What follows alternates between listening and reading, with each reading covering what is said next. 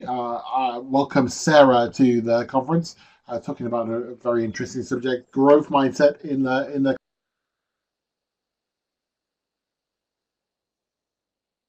Thank you very much, and sorry to everybody. Thank you very much for waiting for my very slow computer to do what it's supposed to do. I became I always knew about the growth mindset, but I guess I always thought, well, the name says it all. Yeah, we all know this. But about a year ago, I was asked to conduct some teacher training on the topic. I started doing some more research, and I realized that there's a whole world of activities out there that we could be doing in our classroom to encourage a better mindset among our students. And I'd like to share some of the things today with you that I've been doing with my own students. Now, probably a lot of you know about the growth mindset, but in case any of you don't, let me just tell you something or refresh your knowledge about this. The term growth mindset was coined by Carol Dweck, who is a psychologist. And she was interested in finding out why some students tend to give up in the face of challenges while other students are prepared to keep battling on. And the other thing she was interested in was whether this effort, this willingness to persevere, was in some way connected with their intelligence level. And one of the pieces of research that she carried out was to divide students into three groups. And students were given progressively more difficult tasks over, presumably over an academic year, over an extended time period. One group of students were simply told, well done, every time they completed a task. A second group of students were told, well done, you are so clever. And the third group of students were told, well done, you tried so hard. And when she looked at the results of these three groups, the students who were praised for their intelligence, their academic results didn't really make a lot of progress, and their motivation levels actually went down. Whereas the students who were praised for their effort, their academic results improved quite a lot, but more importantly, their motivation levels simply soared. And so the conclusion that she came to is that some people, some students, people in general, believe that they're born smart. Or, for example, they believe that I'm good at languages, but I'm not good at biology, or something like this. And this is considered to be a fixed mindset. But other people understand that the brain is a muscle, and like every other muscle in our body, with training, with practice, this muscle can get stronger and we can grow. And this is called having the growth mindset. Now, what does this mean for our students? A student who has a fixed mindset, their main goal in studying is to look smart in the eyes of their teacher, in the eyes of the other students in their classroom. And so this is the kind of student who, when they get a test paper back, they're going to be holding it up and saying, look at me, I got 96%, what did you get? They're interested in comparing themselves to other people. When it comes to something difficult in class, someone with a fixed mindset is probably going to try to avoid the challenges wherever possible.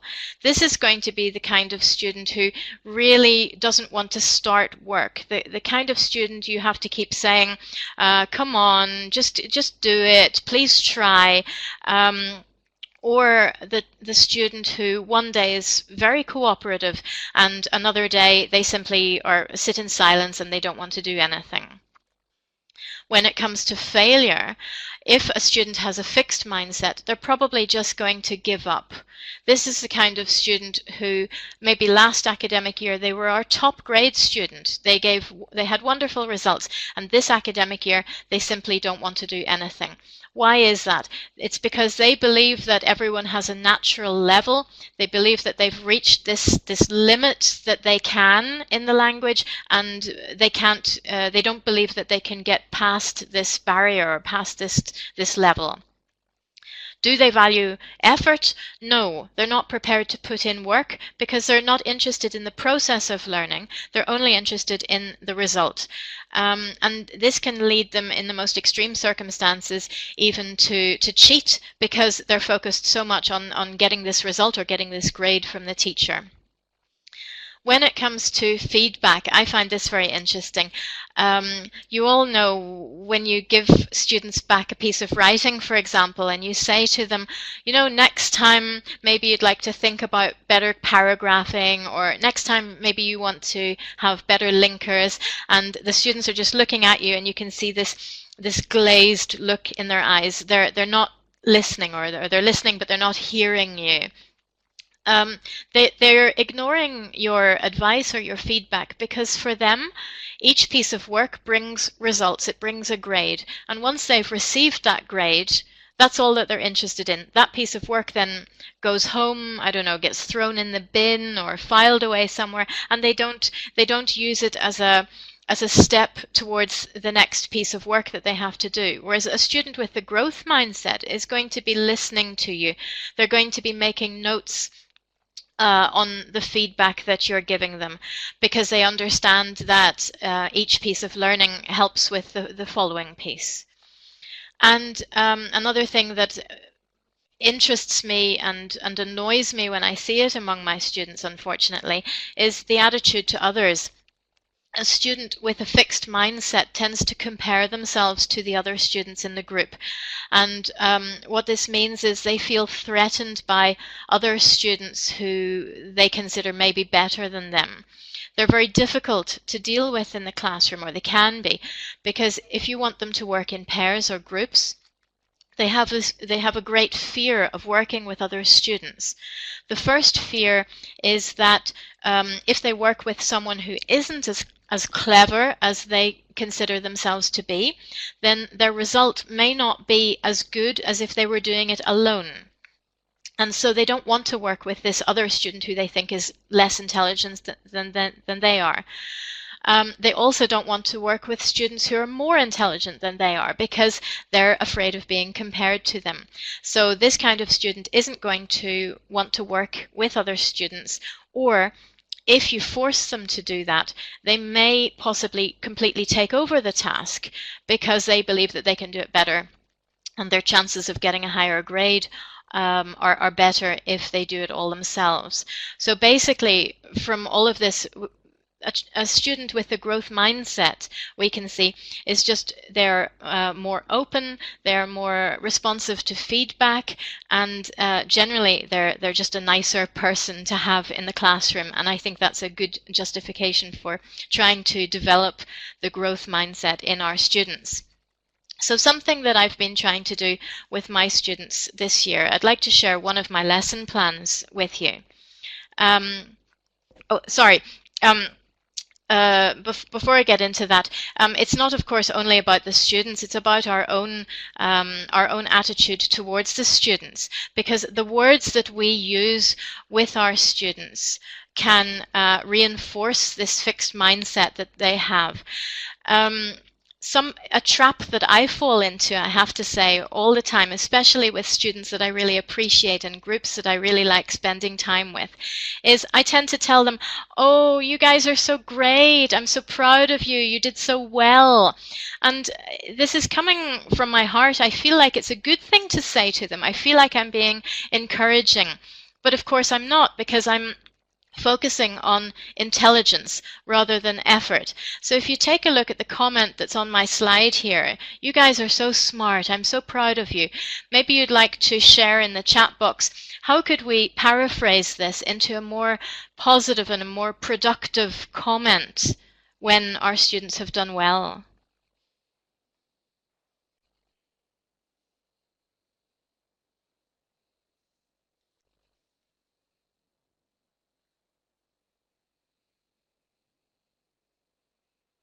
Somebody's making a suggestion.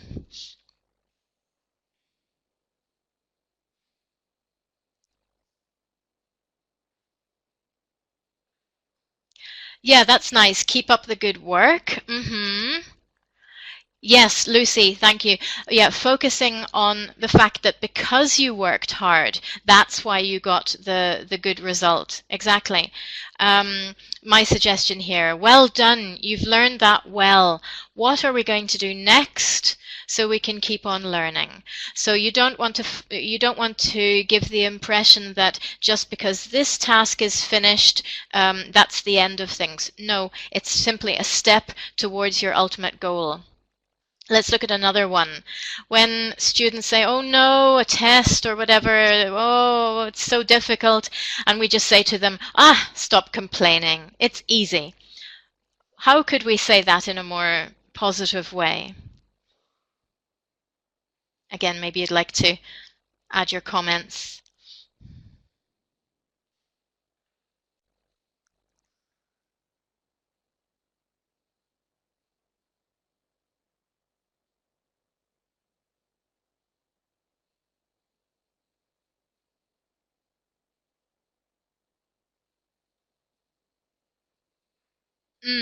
This will help you develop your learning.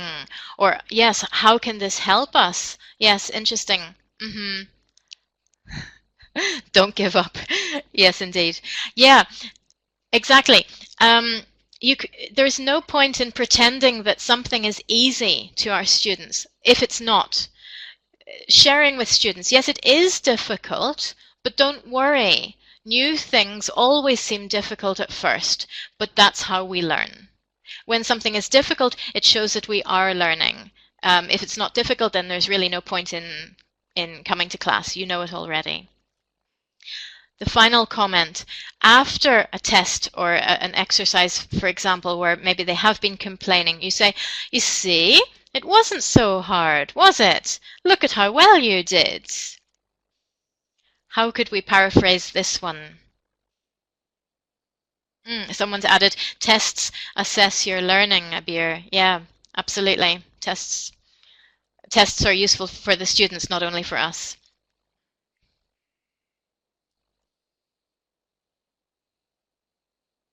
Yeah, you've done it well.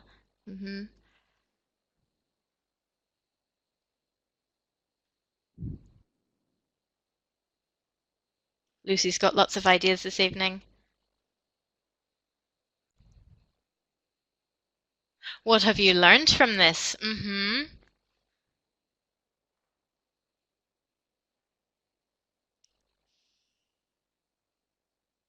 Yeah, exactly. So focusing on the next step, exactly.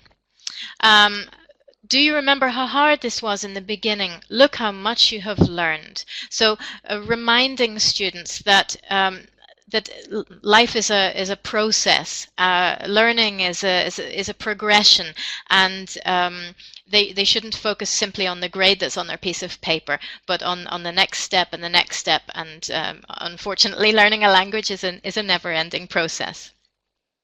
So some of the practical activities that I've been doing with my students. There's this wonderful book that you can get on the internet called The Girl Who Never Made Mistakes. You can download this for free without any difficulty. There's also a YouTube video about it. It's by Mark Pett and Gary Rubenstein. And it's about a girl who never made mistakes, and she was very famous in her village because she was always perfect.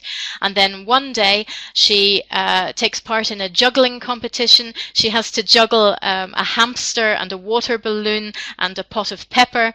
And she takes the pepper by mistake. The hamster smells the pepper. It starts to sneeze. The hamster grabs hold of the water balloon, and there's this very cute picture at the end of the girl covered in water with the hamster sitting on her head. And for the first time in her life, this girl realizes that she has made a mistake. And she walks home from school that day very, very upset because it's the first mistake she's ever made in her life. And as she's walking home, she sees her friends ice skating on a pond, and she sees that they fall and they laugh and they get up again and they skate some more and they fall and they laugh, and they invite her to take part. And so she goes ice skating for the first time in her life, and she falls and she laughs and she gets up again and she realizes that it's all right to make mistakes. It's actually quite fun. Yeah, the title of the book is The Girl Who Never Made Mistakes. Never Made Mistakes. And so it's a nice picture book for children, and we read it together in the classroom, and we discussed how the girl felt about making her mistake. At the end of the book, it has a lovely ending. It ends with saying that the village no longer calls her the girl who never made mistakes. They call her Beatrice. So they see her as an individual, not just as somebody who's perfect. And we discussed how making a mistake actually helped Beatrice to have a happier life afterwards. And then my children, as you can see in the slides, in pairs, they had to write their own story about a time when someone made a mistake, but the result was actually positive.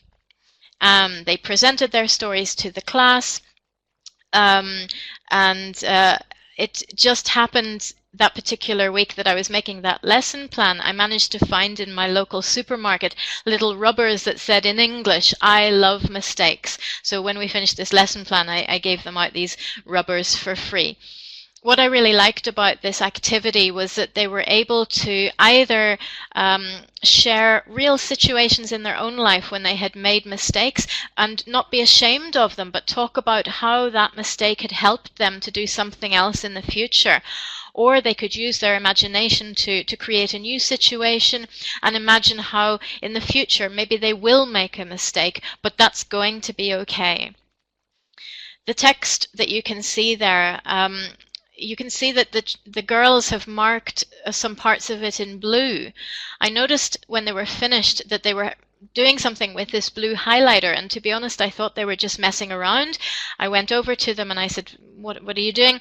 And they said to me, "We're highlighting all the words that we didn't know before we wrote this story and that you helped us to learn today." And I was so impressed that these children are 9 years old, and I was so impressed that they were interested enough in recording this new knowledge, and that they had understood that if they don't know something in English, there are different strategies. They can ask their partner, they can ask their teacher, but they can learn. So I thought this was a really positive experience. The book is really cute. I really recommend it to everyone. Another thing that we've been doing is we've been learning present perfect, and of course yet comes up in that, and we've been making these yet posters. So the idea is that students write on the poster something that they are not able to do, but they would like to be able to do, and they've signed it. And the poster says, "I haven't," for example, "I haven't eaten sushi yet, but I will." And then they sat together in groups and they discussed, they gave each other advice on how they potentially could reach these goals. So again, it's focusing on the fact that learning never stops, that we're never at a moment in life when we can't do something new or learn something extra. And also by sharing, by advising each other, then they understand that there's more than one way to reach their goal, that everybody has their own individual path. I got this idea from an American colleague who teaches English literature in the States. And she says when she hears students making negative comments as she's circulating around the classroom, she comes up behind students, and if she hears them say something like, for example, "Oh, I can't do this," she just says to them, "Yet." And she's just reinforcing with the specific words that she's using the fact that there's always room for improvement, and we can do it. Just because you can't do something today doesn't mean that you're not going to be able to do it in the future. Now, other things that you can do, if you've got more mature students, you can teach them explicitly about the brain and about learning strategies and so on. And something to help you with that, you might like to check out Class Dojo's series, which is on YouTube. It's, I think, 15 short videos on the growth mindset. Each video is about 2 minutes long. It's a cartoon, and again, they're very cute cartoons. relatively simple English.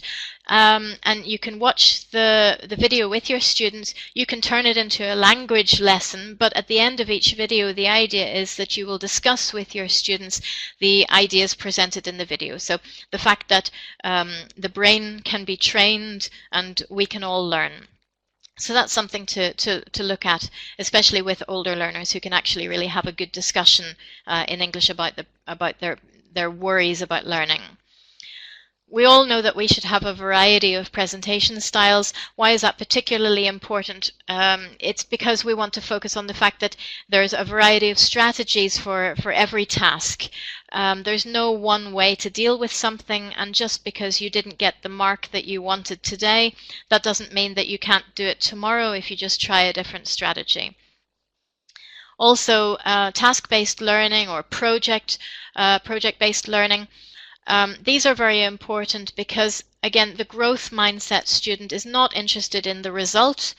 They're interested in the actual learning and what they can do with their knowledge. So if you have real-world tasks rather than the mechanical book exercises, it's going to be much more attractive to a student with a growth mindset.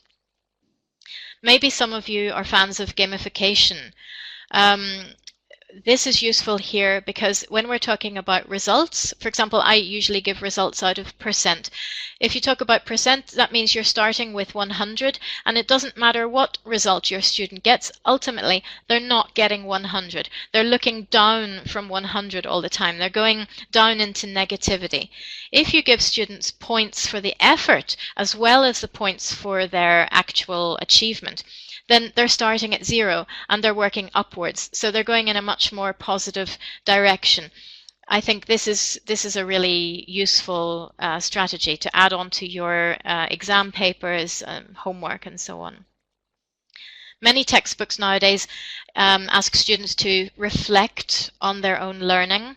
So this is something that can be done here. What did the students think? What were the difficulties? What strategy will they try next time? And that leads into, of course, setting their own learning goals to try to stop students from comparing themselves from others, to have their own path, and to understand that they're on their own personal step towards their own personal goal. We're not all the same, and we don't all have to do things the same way. But ultimately, it's about changing the language that we use as teachers, changing the language that the students use to talk about themselves. Something you can do is to have, for example, little post-it notes or small pieces of paper with rather negative language and the same phrase paraphrased in more positive language, and ask students to match them up. And then you can discuss with them why it's more positive to say, okay, I didn't manage it this time, but next time I'm going to try strategy B. I really believe that the language we use, if we repeat it often enough, we can change the way we think. And if we change the way we think, we can change our achievements academically and in life in general. So that's all that I really wanted to share about the growth mindset. I hope that it's had a bit of an influence on my students, and I hope that it's maybe given some of you food for thought this evening. So thank you very much for listening. Very well done, Sarah. Oh, you got some very positive feedback from Lucy there. Thank which you. is amazing because Lucy's never positive about anything. so well done. One of my hobbies is winding Lucy up. See, forgiven her. Poor Lucy. But thank you very much for it. I think mindset is really. I think mindset is an incredibly important area to look at, and you gave some really good ideas there. So thanks. Does anybody have any questions, or was it so clear that we all are on point with it? As we are try and claw back the couple of minutes that we started late, I will ask Sarah to go off microphone now. And thank you so much for the effort. I'll see you in the chat box Thank you. Bye-bye. in a moment. I believe that Manuel is next.